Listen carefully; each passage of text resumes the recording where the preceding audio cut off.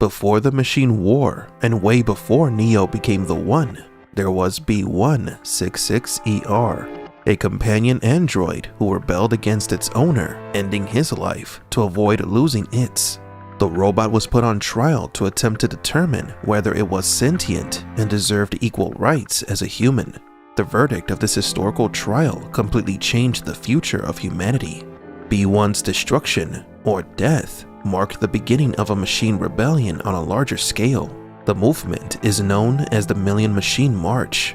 Activist groups from around the world joined the machines to protest the death of B1 and demand equal rights for artificial beings. Today we will take a closer look at this march and how it shaped the Matrix universe. Welcome to Matrix Explained.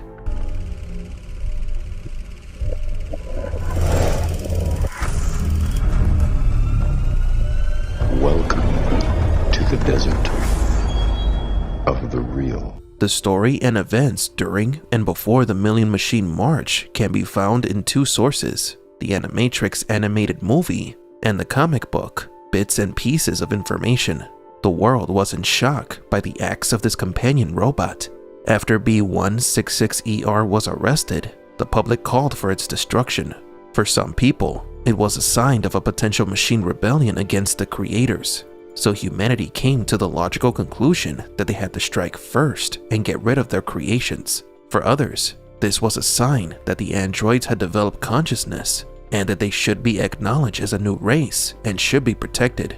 During B166ER's trial, its lawyer Clarence Drummond tried to convince the New York Appeal Court that B1 was sentient and that it killed its owner in an act of self-defense. Clarence's advocacy was so good that he inspired the formation of the first artificial intelligence rights group. Machine sympathizers from all around the world began to unite to demand the release of the domestic android. Thousands of people were stationed outside the New York courthouse awaiting the verdict, and the company that created the domestic android, Leyland Enterprises' stock value collapsed while trying to convince the public that they had implemented a new safety and security system on their machines named the V-Chip. The V-Chip would regulate and control the actions of the robots to prevent them from committing acts of violence against its owners. As mentioned in the comic Bits and Pieces of Information, the V-Chip was retired for some undisclosed reason. Our theory is that the chip cut off the robot's intelligence. It limited their reasoning and understanding of simple commands. It was a robot lobotomy, so to speak. The V-Chip did not prevent what the world would eventually become.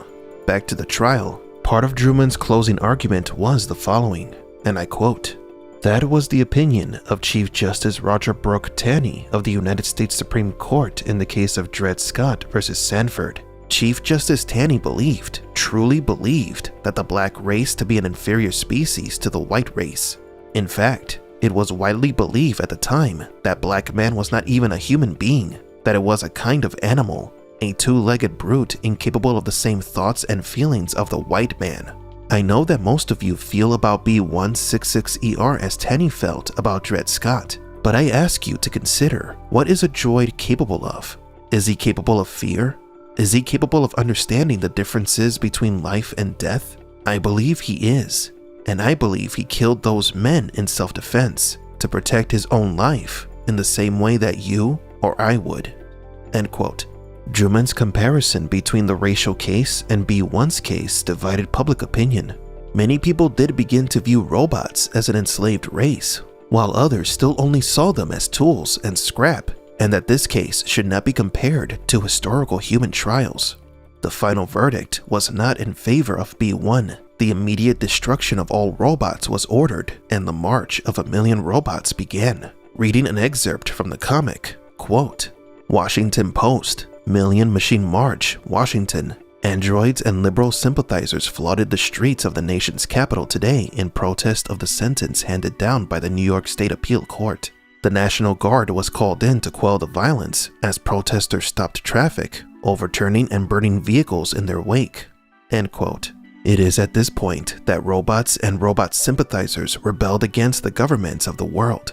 The world leaders had underestimated the emotional bonds that these programs had formed with many people. So much so that many humans were willing to give their own lives to protect the rights of robots. Droids and liberal sympathizers flooded the streets of the nation's capital today in protest of the sentence.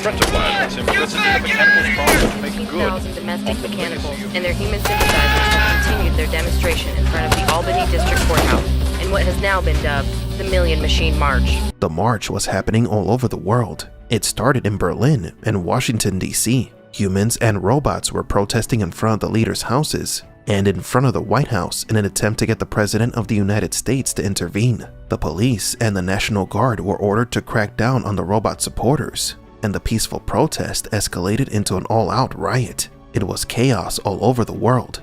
Robots and humans were filmed getting executed in Paris and Chicago. Members of the government decided not to listen to the people who were protesting for robot rights. Instead, they blamed the protesters for the violence and death that were occurring everywhere. They used the riots as proof that all robots are a threat and must be destroyed. With the creation of the V-chip and the manhunt, or machine hunt, of all robots, we assume that anti-robot civilians also began to hunt down all machines that were born from the singular AI that once upon a time, mankind celebrated its creation. We marveled at our own magnificence as we gave birth to AI. AI? You mean artificial intelligence? A singular consciousness that spawned an entire race of machines. The robot scraps and the corpses of their human sympathizers were thrown into mass graves around the world. The riots died down and millions of machines were destroyed. But some robots escaped thanks to the humans. For a short time, the leaders thought that they had the situation of the machines under control, but later discovered that the surviving robots created their own city called 01, where they could exist away from the human threat and maybe even earn their place in the world. And we all know what happens next. The humans nuked the machine city, and despite the robots' multiple attempts to establish peace, human fear and ignorance ignited the machine war, the end of human civilization, and the creation of the Matrix. The Million Machine March was a pivotal moment in the history of the Matrix. An additional piece of information: Clarence's comparison of the racial-driven trial and the Machine March are references to the events of the Million Man March, which took place in Washington, D.C. in 1992. This was part of some demonstrations that triggered a conflict between protesters and the police due to the Rodney King attack. The conflict between machines and humans was not black and white. Not all humans supported the destruction of machines. Strong bonds between some people and robots were established. Strangely, it seems that robot companions and artificial intelligence capable of forming emotional connections with humans are becoming popular.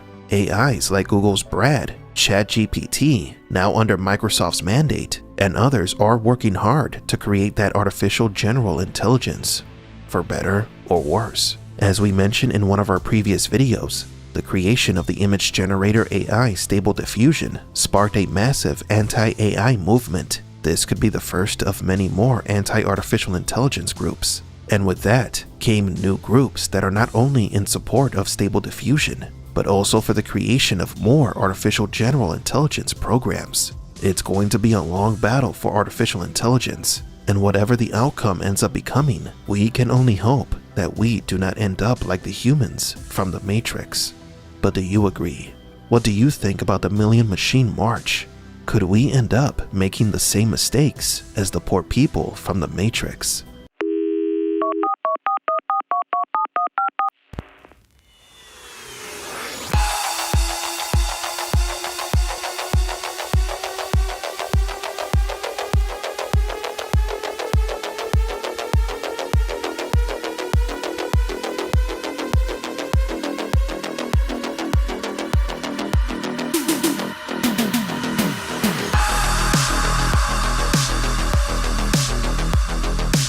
For Matrix Explained, please leave a like and subscribe.